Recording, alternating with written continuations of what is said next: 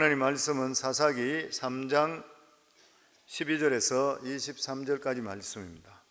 이스라엘 자손이 또 여호와의 목전에 악을 행하니라. 이스라엘 자손이 여호와의 목전에 악을 행함으로 여호와께서 모압 땅 에글론을 강성하게 하사 그들을 대적하게 하시매 에글론이 암몬과 아멜렉 자손을 모아 가지고 와서 이스라엘을 쳐서 종려나무 성읍을 점령한지라. 이에 이스라엘 자손이 모압 왕 에글론을 18해 동안 섬기니라. 이스라엘 자손이 여호와께 부르짖으며 여호와께서 그들을 위하여 한 구원자를 세우셨으니 그는 곧 베냐민 사람 게라의 아들 왼손잡이 에훗이라. 이스라엘 자손이 그를 통하여 모압 왕 에글론에게 공물을 바칠 때에 에훗이 길이가 한 규빗 되는 좌우에 날선 칼을 만들어 그의 오른쪽 허벅지 옷 속에 차고 공물을 모압 왕 에글론에게 바쳤는데 에글론은 매우 비둔한 자였더라.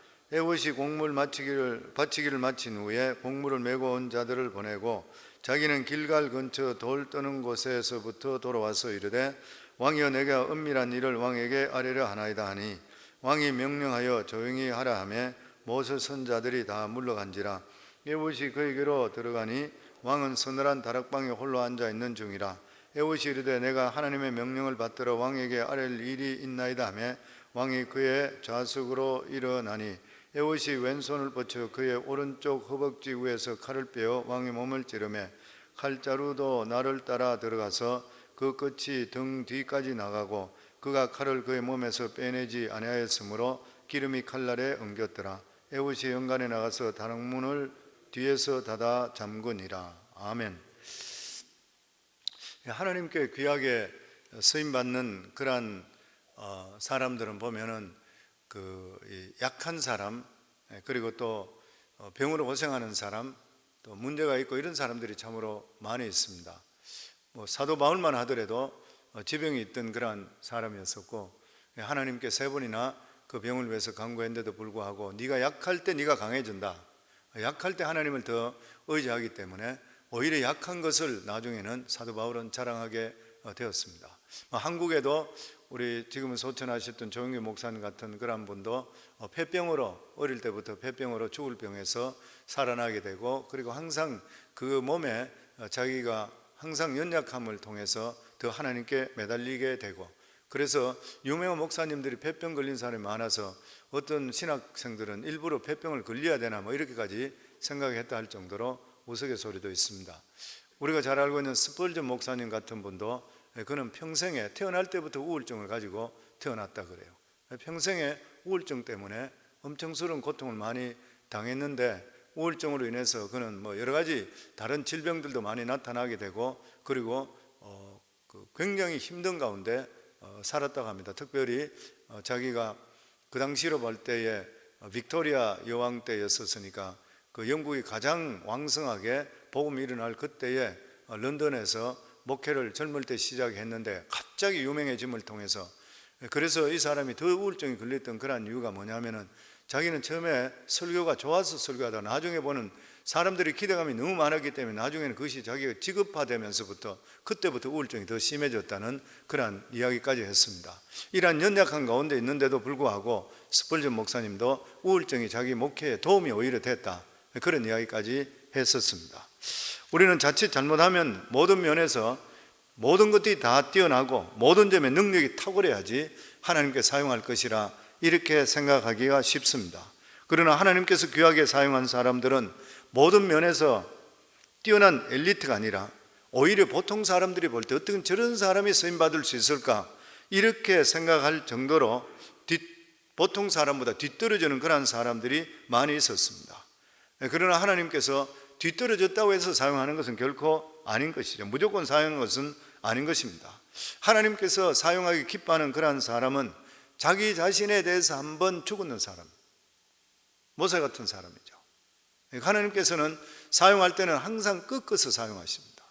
자기 의가 살아있고 자기 생각이 살아있고 자기의 의지가 너무 살아있고 이런 사람 사용할 수가 없잖아요. 말도 펄펄 뛰는 것을 어떻게 사람이 탈 수 있어요? 꺾여야 되는 것이에요. 꺾고 나서 사용되는 것입니다. 그러니까 누구든지 간에 하나님께 귀하게 사용된다고 하면은 자기 자신이 한 번쯤은 죽는 생각을 죽었는다가 다시 일어나는 그런 일이 있어야 되는 것이에요. 자기 의가 살아있고 너무 똑똑하고 주장이 뚜렷한 사람, 이런 사람은 설 수가 없습니다. 하나님 사용하는 사람은 그런 사람이 아니라 폐병에 걸렸든지 아니면 몸에 어떤 장애가 있든지 사람들이 볼 때 도저히 성공할 가능성이 없는 그런 사람들이었습니다. 이러한 핸디캡이 있는 사람들은 자기 자신을 믿을 수 없는 것이에요. 그리고 인생에 누구한테 도움 받을 수도 없고 하니까 오직 하나님께만 매달리는 것이에요. 하나님 앞에 죽으라고 매달립니다. 하나님께서 무엇이든지 하라는 대로 저는 다 하겠습니다. 그렇게 할 때에 하나님 그 사람을 들어서시게 되어 있는 것이에요. 그러니까 이런 사람들은 철저하게 하나님 손에 붙잡힌 체험을 한 그러한 사람인 것입니다. 그래서 이런 사람은 이미 자기 자신이 죽었기 때문에 자존심도 없는 것이, 하나님께서 하라 그러면은 상식적으로 이해가 안 되더라도 하나님 말씀 무조건 순종해 버립니다. 성경에 보면은 사람들이 하나님께 귀하게 쓰임 받는 사람들은 세상 사람들이 생각할 때 도저히 이해 안 되는데도 불구하고 무조건 순종해요. 아브라함이 그렇잖아요. 나이 100세에 어떻게 아들을 낳을 수 있어요? 그래도 순종하고 하나님 말씀을 그대로 받아들이니까 하나님께 의롭게 여기더라. 이게 말로 그렇지 진짜 대단한 문제, 우리 생각과 완전히 틀리는 그런 일인 것이죠. 하나님께 여기도 보면 연약한 자를 들어서서 이스라엘을 건지고 무려 80년 동안 이스라엘에게 평안을 주었습니다. 이스라엘 백성들은 고상하게 믿으려고 하다가 이 메소포타미아 구산 리사다임 왕에게 8년 동안 학대를 당했습니다. 이스라엘 백성들이 세상과 타협하려고 할 때 편하게 살려고 하니까 더 악한 자들이 나타나게 돼서 더 고통스럽게 했습니다. 이때 첫 번째 사사 온니엘이 나타나서 구산 리사다임을 내쫓고 이스라엘을 회복하고 이스라엘의 대부흥이 오게 되었습니다. 온니엘이 사사로 있는 40년 동안 평안했다고 그랬습니다. 그런데 이 이스라엘의 평안은 오래가지를 못했습니다. 왜냐하면 이스라엘 백성들이 편안해지면 하나님 말씀을 잊어버려요. 가나안과 타협하기 시작합니다. 그래서 하나님께서 이번에는 모압 왕 암몬 아멜렉 연합에서 이스라엘을 지배하고 학대했는데 그 기간이 무려 18년이 되었다 그랬습니다. 이때 이스라엘 백성들이 또다시 고통스러워서 하나님께 부르짖게 될 때 하나님께서 이번에 사용한 사람은 의외의 사람이었는데 그 사람이 누구냐면 왼손잡이 에훗이었습니다. 우리 12절에서 14절 다시 한번 같이 읽습니다. 이스라엘 자손이 또 여호와의 목전에 악을 행하니라. 이스라엘 자손이 여호와의 목전에 악을 행함으로 여호와께서 모압 왕 에글론을 강성케 하사 그들을 대적하게 하시매 에글론이 암몬과 아말렉 자손들을 모아 가지고 와서 이스라엘 쳐서 종려나무 성읍을 점령한지라. 이에 이스라엘 자손이 모압 왕 에글론을 18년을 섬기니라. 고질병이라 하는 것은 금방 낫지 않고 나았다가도 재발하는 것을 고질병이라고 해요. 이스라엘 백성들에게 영적 고질병이 있습니다. 이스라엘 백성들은 조금만 편해지면 어김없이 하나님을 떠나서 가나안 사람들과 함께 우상을 섬기는 거예요. 이게 우리도 비슷한 그게 있잖아요. 아마 우리 인생이라는 게 죄 가운데 태어났기 때문에, 타락한 인생으로 태어났기 때문에 우상 숭배하고 세속적이고 음란하고 이런 것들은 체질상이 맞는 거예요. 우리 인간은 원래 그 체질상이 맞습니다. 하나님을 따르는 것, 그것은 세상 풍습하고는 틀려요. 그렇기 때문에 하나님을 따르는 것은 의지적으로 해야 됩니다. 내가 하고 싶으면 가만히 두더라도 우리는 하나님을 찬양하는 사람 절대 못 됩니다. 우리는 죄 가운데 태어나고 죄성이 있고 우리는 음란한 가운데 태어나기 때문에 우리 자신들은 살아가는 삶이 그게 훨씬 더 편한 거예요.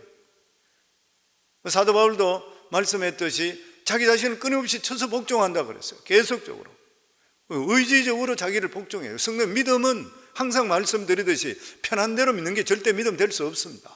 어떤 사람 내 마음에 평강을 주시니까 나는 그냥 편안해요. 그건 하나님 주시는 평강이 있다 한다 하더라도 그런 식으로 얼마 못 가게 되는 것 같으면 세상적으로 빠져버려요. 그 내 자신이 나는 이래서 안 되지. 그러면서 하나님 말씀에 따라서 우리가 우리 자신의 삶을 그냥 하나님 말씀에 계속 붙들어 놔야 돼요. 우리는 믿을 수 없는 것이에요. 보면 우리 의지적으로 계속적으로 믿음으로 살려야 되는 것이에요. 타락하고 세속적으로 사는 것은 가만히 버려두면 타락하고 세속적으로 삽니다. 왜냐하면 체질이 그렇기 때문인 것이에요. 오늘 본문에 보면 이스라엘 자손들이 또 여호와의 목전에서 악을 행했다 그랬습니다. 왜 이렇게 우상에 자꾸만 빠져드는 것인가? 물론 그들이 처음 이 온넬에 인해서 구산 리사다임 세력을 내어 쫓았을 때에 자기들이 자유를 갖게 될 때 이제는 다시는 하나님 외에 다른 신을 섬기지 않겠다, 이렇게 다 결심했을 것이에요. 그런데 이스라엘 백성들이 계속적으로 40년 동안이죠, 평안이 계속적으로 되고 하나님의 축복이 계속되니까 어떻게 되어버렸습니까? 조금씩 방심하기를 시작했던 것이에요. 그런데 이상한 것은 사람들이 죽을 둥 살 둥 하나님을 찾지 않으면 세상에 호기심을 갖게 됐어요. 사람들과 폭놀게 되고 세상 사람들과 자꾸만 교제하게 돼 있어요. 자꾸 예배 중심, 믿음 중심, 계속적으로 모이라, 그거 하라, 이렇게 이야기하면, 그래요, 하이 목사님 우리 교회 다니려고 그러면 제가 딴 일은 아무것도 못할 것 같아요. 그럼 딴 일 뭐 하려고 그럽니까? 물어봐. 직장 다니시고 집에서 충실하시고 교회 신앙생활 열심히 하면 딴 데 무슨 일 하러 하겠습니까? 내가. 근데 그렇게 빠지게 되면은 세상적으로 빠져버려요. 결과적으로 그런 사람치고 신앙생활 바로 한 사람 아무도 없는 것이에요. 계속적으로 빠져요, 사람이. 이 사람들도 처음부터 우상 섬긴다고 절대 생각하지를 않았을 것이에요. 우상 섬긴다는 것은 말도 안 된다, 그래 생각했어요. 우리가 하나님을 섬기지 어떻게 우상을 섬기냐, 이렇게 생각했어요. 그런데 막상 이스라엘 백성들이 세상을 맛보고 나니까 세상이 그렇게 악하고 나쁘지 않더라는 거예요. 옛날에 죄라 그러면 무조건 악한 사람이 짓고, 이방인이라 그러면 이 사람들은 몹쓸 사람, 완전히 죄 가운데 있는 사람, 이렇게 생각했는데 그 사람 만나보더라도 재미도 있고 양심도 있고 인간성도 괜찮은 사람, 이런 사람인 것이 자기들 만나보여 그런 것이에요. 그리고 조그만 시간이 지나면서 점점 자기도 모르는 사이에 세상에 중독되는 것입니다. 그러면 자기들이 생각할 때 이성적으로 내가 왜 이러냐, 말도 안 된다, 이렇게 생각하는데 자기 자신을 컨트롤하기가 힘들어지기 시작하는 것이에요. 어느 순간에 우상에 절하게 되고 그것이 몇 차례 거듭하고 나면 나중에는 양심이 마비돼서 죄의식조차 없어집니다. 우리가 죄 지을 때든지 이럴 때도 똑같은 그런 일인 것이에요. 그래서 하나님께서 우리들에게 성경에 말씀하시기를 하나님을 섬길 때, 하나님을 사랑할 때 어떻게 사랑하냐, 마음과 뜻과 정성과 목숨을 다하라고 그랬어요. 우리가 하나님을 사랑할 때 그냥 사랑해서 안 돼요. 왜냐하면 우리는 뻗나가 계속적으로 나가는 것이에요. 그러니까 네 마음 다하고 네 뜻을 다하고 너 정성을 다하고 너 목숨을 다해 하나님을 사랑하라는 거예요.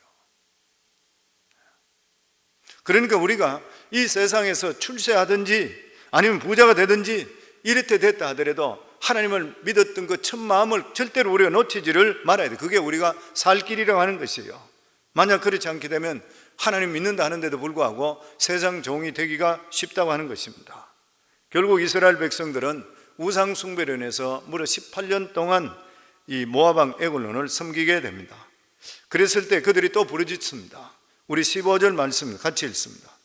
이스라엘 자손이 여호와께 부르짖으며 여호와께서 그들을 위하여 한 구원자를 세웠으니, 이까지만 읽겠습니다. 한 구원자를 세웠으니, 하나님의 구원은 늘 이스라엘 백성들이 부르짖을 때 시작이 되었습니다. 그런데 부르짖는 건 절대 안 쉬워요. 왜냐하면 사람들은 고상하게 믿기 원해요. 생활 수준도 고상해지고 학벌도 있고 이렇게 되면은 부르짖는 거 굉장히 싫어합니다.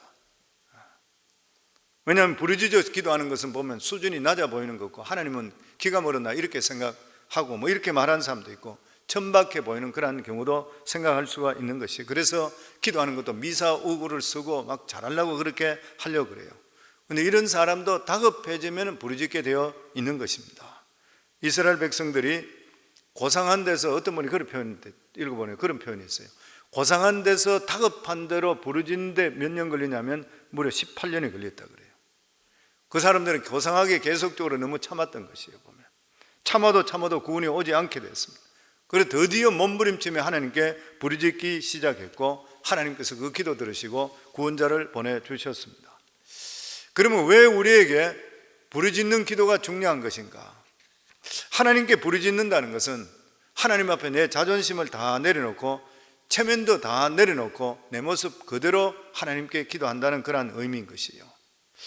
이것이 중요한 이유가 뭐냐면은 이스라엘 백성들이 하나님의 축복을 놓치게 된 원인이 뭐냐면은 세상에 고상하게 살려고 했기 때문인 것이에요. 성도님, 하나님의 백성은 하나님의 은혜 없이는 하루도 못 삽니다. 100% 하나님의 은혜로 사는 사람이 하나님의 백성이에요. 그러니까 우리는 살아가면서 매일매일 이것을 고백해야 돼요. 하나님 앞에. 하나님께서 그것을 듣기를 기뻐하셔요. 그러니까 우리는 계속 기도할 때 우리 삶 속에 하나님 도와주시면 저는 못합니다. 나는 무용지물입니다. 아무것도 아닙니다. 하나님 해주셔야 됩니다. 이 끊임없이 하나님께 고백해야 되는 것이에요. 그리고 하나님께 부르짖는다는 것은 나는 세상 도움은 절대로 이제 기대하지 않습니다. 하나님이 죽으라면 죽겠습니다. 흥하든 망하든 어떻게 되든 하나님 뜻대로 되게 해주소서. 내가 하나님 뜻대로 살겠습니다. 그럴 때 하나님께서 하나님의 역사가 우리 속에 임하게 되고 놀라운 구원의 역사가 임하는 것이에요. 우리가 이렇게 부르짖게 될 때 어떻게 돼요? 하나님께서 마음문을 열으십니다. 우리가 삶 속에 하나님을 기쁘게 하고 하나님 마음문을 여는 게 진짜 필요해요. 보면은 믿는 사람들도 하나님 마음을 감동시킬 수 있어요. 그런데 이렇게 하나님께서 기도를 들으시고 세운 구원자가 누구냐면은 이스라엘 백성들의 상식에 전혀 맞지 않는 그러한 사람이었습니다. 15절 뒷구절에 보면은 그는 곧 베냐민 사람 게라의 아들 왼손잡이 에훗이라. 이스라엘 자손이 그를 통하여 모압 왕 에글론에게 공물을 바칠 때 하나님이 준비한 사람은 왼손잡이, 오른손을 쓰지 못하는 그런 장애였습니다. 원문에 보면은 이 이텔야드 예미노라고 했는데 이것은 뭐냐면 예후라는 사람이 왼손이 강한 사람, 왼손잡이, 우리가 생각하는 왼손잡이 이것이 아니라 오른손이 마비된 사람, 오른손을 쓰지 못하는 그런 사람, 오른손을 쓰지 못하는 장애예요. 하나님께서 택한 사람이 누구냐면은 오른손을 쓰지 못하는 장애인, 왼손만 쓰는 그런 사람이었습니다. 이스라엘 백성들은 자존심이 강해서 그들의 공물을 이 다른 왕에게, 모압 왕 암몬 왕에게 이렇게 바치는 것을 자기들이 너무 싫어했던 것이에요. 그러니까 자연스럽게 이것을 누가 하게 됐냐면 연약한 지파 베냐민 지파, 그 중에서도 불구자인 에훗에게 돌아가게 된 것입니다. 하나님께서는 연약한 자를 쓰셔서 강한 자를 부끄럽게 하시고 낮은 자를 쓰셔서 높은 자를 부끄럽게 하시는 것이에요. 그러니까 하나님께서는 모든 일에 뛰어나고 부족함이 없는, 하나도 없는 완벽한 사람을 쓰는 것이라 생각하기 쉬운데 하나님은 어떻게 저런 사람을 사용할까 할 정도로 부족한 사람을 써서 영광을 받으십니다. 그러니까 우리는 오직 예수요, 오직 기도, 오직 믿음으로 하나님께 나가시면 우리의 부족하고 연약한 것을 오히려 하나님이 더 사용하셔서 똑똑하고 지혜로운 사람을 더 앞지르게 하는 이런 귀한 축복을 우리에게 허락해 주시는 것이요. 아마 하나님께서는 어느 날 에훗의 마음에게 성령으로 감동을 주셨는 것이요. 그리고 에글론을 대적해서 죽이고 그리고 이스라엘을 이 모압의 압제에서 구원하라 이렇게 말씀하신 것입니다. 그래서 16절에서 17절입니다. 같이 읽습니다. 에훗이 길이가 한 규빗 되는 좌우의 날성검을 만들어 그의 오른쪽 허벅지 옷 속에 차고 공물을 모압 왕 에글론에게 바쳤는데 에글론은 매우 비둔한 자였더라. 여기 비둔하고 되어 있는데 에글론이 뚱뚱하고 살쪘는 거지만 엄청스럽게 거구했었다 그래요. 에훗은 일단 준비한 조공을 에글론에 바쳤습니다. 에글론은 이미 지난 10여 년 동안 공물을 계속 받았기 때문에 그 받으면서 만족했을 것이에요. 우리 18절에서 그 이후 사건이 어떻게 된지 나와 있으니까 같이 읽겠습니다. 에훗이 공물을 바치기를 마친 후에 공물을 메고 온 자들을 보내고 자기는 길갈 근처 돌 뜨는 곳에서부터 돌아와서 이르되 왕이여 내가 은밀한 일을 왕에게 아뢰려 하나이다 하니 왕이 명령하여 조용히 하라 하며 모셔 선 자들을 다 물러간지라. 에훗이 그에게로 들어가니 왕은 서늘한 다락방에 홀로 앉아 있는 중이라.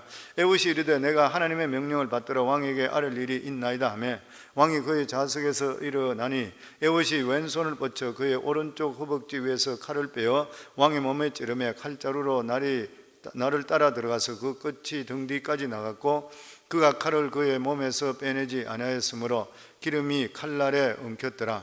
에훗이 현관에 나가서 다락문을 뒤에서 닫아 잠그니라. 24절에 보면 에훗이 나간 후에 왕의 신하들이 들어와서 다락문을 잠갔음을 보고 이르되 왕이 분명히 서늘한 방에서 그의 발을 가려우신다 하고, 그러니까 에훗이 공물을 바치고 가져온 사람 내보내고 길갈까지 갔다가 그리고 다시 돌아와서 왕에게 은밀하게 아랠 것이 있습니다. 그렇게 이야기하니까 왕이 모셔 있는 사람들 다 물리쳤다 그랬어요. 그 왕이 이게 이 타이밍을 맞추고 이런 거 죽으려고 하는 거 이게 하나님께서 연결 다 하셔서 그렇지, 상대편 적국에서 공물을 바쳐왔는 사람 어떻게 믿어 이 사람?